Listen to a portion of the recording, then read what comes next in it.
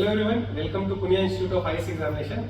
My name is Vijay Tripathi and today we are going to discuss the importance of history in UPSC Civil Services Prelims as well as Mains examination. That means if you are preparing for this examination for upcoming prelims as well as if you are a first attempter hoping to prepare for this examination. So we will discuss these things today in very brief. So history. History, we have modern India, modern, medieval India, ancient India, as well as art and culture. Art and culture. These things you have to read for your prelims examination. And if we will talk about mains examination, then you have to add world history as well. World history plus post-independence India. Post-independence India.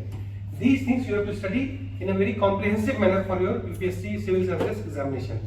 Now the thing is, you have to prioritize these topics. You have to prioritize these subjects. Otherwise, you will not score very good marks in history, because specifically in prelims, you have to be very sure that you score good marks in modern as well as in art and culture. So for modern India, what you are going to do? For modern India, you should start with NCERTs. NCERTs, this is the best source to start. Thereafter, you can move to higher books like Shekhar Bandyopadhyay. So these books are a bit of complex nature. So first you need to clear your basic concepts from NCERT. Because in UPSC these days you will find that lots of questions are coming in analytical nature. They are not factual, rather it is an analytical nature. So for analysis you need this book, Shekhar Bandyopadhyay. And for analysis you need to not only understand the facts, you have to relate it, like labor movement with Congress organization, trade union movement with coming up of peasant movement. So these things you have to interrelate, correlate. Then only you will be able to score very good marks in prelims examination. And this also follows for your mains examination. The same goes for the mains examination. So for modern India, what you have to do? You have to start with NCERTs. Thereafter, you can refer to higher books like Shekhar Bandyopadhyay. Thereafter, if we talk about art and culture, this is also one of the prominent topics that are asked in UPSC Civil Services prelims as well as mains examination. So for prelims, I will suggest you that for prelims, don't dive much deeper into this art and culture, because art and culture questions have become tougher. So it's no need that you will study 10-20 books and you will get to, for example, say 5 or 6 questions. So you have to always be vigilant about the input-output ratio. What all you are giving input and what all output you are going to gain. And suppose after reading 10 books, you are able to solve only 2 to 3 questions, then what is the purpose? So for art and culture, my advice for you would be clear your basic concept, clear the basic things from NCERT books, from internet, from other resources. Thereafter what you will be there, that your basic concepts are clear, at least you will be able to solve the basic concept. And thereafter you can relate this with the current news. So this is enough for this art and culture for prelims examination, and this also goes for the mains examination, because in mains examination also you have to relate the current with art and culture. Now if we talk about this medieval India and ancient India. So for medieval India and ancient India in prelims examination, if you will see the paper since past 2-3 years, UPSC is asking more and more questions from medieval and ancient India.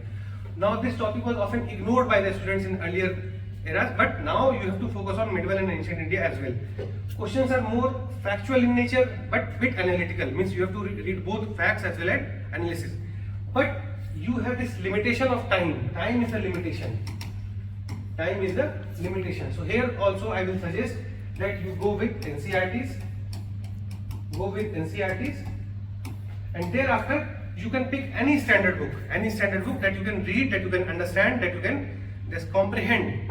Okay, so you can read NCERTs as well as any basic books, and thereafter what you will do after reading all these things, you will go through the previous year question papers, because the best source for you for prelims is previous year question paper.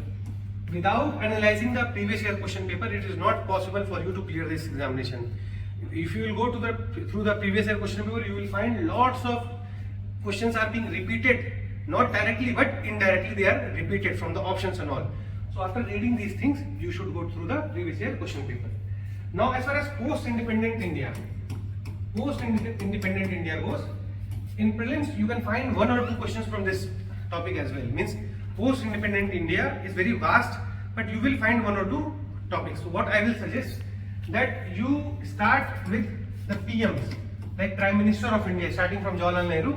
You can start and you can write the important events that happened during their reign with the date wise. So this, like 4 or 5 events, important events during their reign, and make 1 or 2 page notes of it. Just revise it. It will help you. You can solve the prelims question that are being asked. So this thing you can do for your prelims examination if you are not thoroughly going to study this post-independence India. Because in mains examination, specifically the questions that are being asked is from the reorganization of the state, reorganization of the states. So, but in prelims examination, they can ask the post-independent event. They can ask about the chronology, and they have asked about the chronology. If you will go to the previous year question paper, you will find that they have asked lots of chronology from the post-independent India. Now this is for your prelims examination. Now world history. World history. So world history for this UPSC mains examination, since past 2-3 years UPSC is ignoring this world history. Means they are asking questions. Suppose they ask question in 2017, then 2018-19 no question. So they are ignoring this world history, but they may ask question anytime. So my suggestion for you would be that you are ready for at least 1 question. Means 1 or 2 questions they may ask, not more than 2 questions. They may ask. So what you will read? You will read here American Revolution, French Revolution, Enlightenment, unification of Italy and Germany, unification of Italy and Germany. Thereafter you will read World War, World War I, World War II, and in between interwar period. Thereafter Cold War politics, rise of communism, industrial revolution is very important topic in this. Industrial revolution means industrial revolution, American Revolution, French Revolution, Enlightenment. These are very important topics. So what you will do, you just make half a page or 1 page notes about these topics, and that will suffice. That will be enough for your preparation. Now one issue remains with world history is that colonization and decolonization. Colonization and decolonization. Often UPSC asks questions from this colonization and decolonization. What you have to do? You have to simply write about the country name, the year of freedom, the ruling power. I will give you an example. Like India. India was ruled by British. So this is the ruling power. It got freedom in 1947. Major leaders like Mahatma Gandhi, J.L. Nehru, Subhash Chandra Bose and all, Maulana Abul Kalam Azad. So these were the major leaders. So you make this thing for every country, for every colonized country, make a 1 page, 2 page notes, and if a question comes, the struggle will be same throughout the countries, because initially they will revolt against this foreign power. Thereafter what they will do, the leader will emerge in that country, and then finally you can say they got independence in its respective date. So the struggle is similar in every country, just you have to change the names and dates for this decolonization question, because you cannot read entire decolonization theory.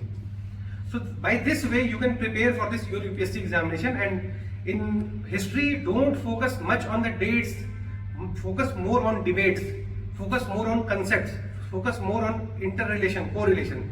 That will help you rather than remembering the dates. Now UPSC examination is not about this. So hope you got some idea about this UPSC examination with reference to the history syllabus. So we'll meet you in next video with some other clarification, some other topic. Till then, goodbye, work very hard.